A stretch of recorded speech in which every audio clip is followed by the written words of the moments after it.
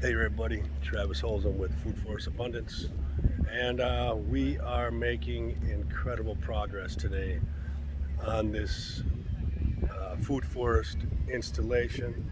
And I'm about to turn the camera around just to show you how much we have been getting done here. So here we go, we're gonna flip you around. Alright, getting ready to roll some cardboard out.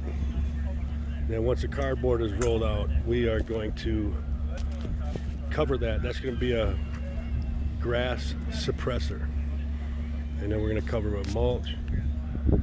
And then later on today, once we get it all covered, we are going to start putting plants in the ground. And here's the vineyard. They're starting to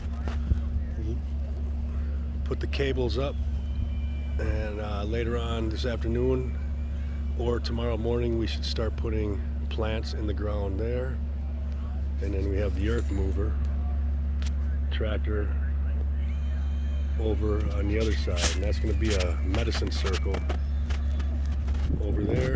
And then if you could see the white flags flapping in the background way in the distance by that building with the skulls on it, that's going to be all food forest back there also.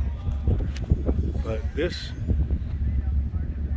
is going to provide food in abundance for years to come.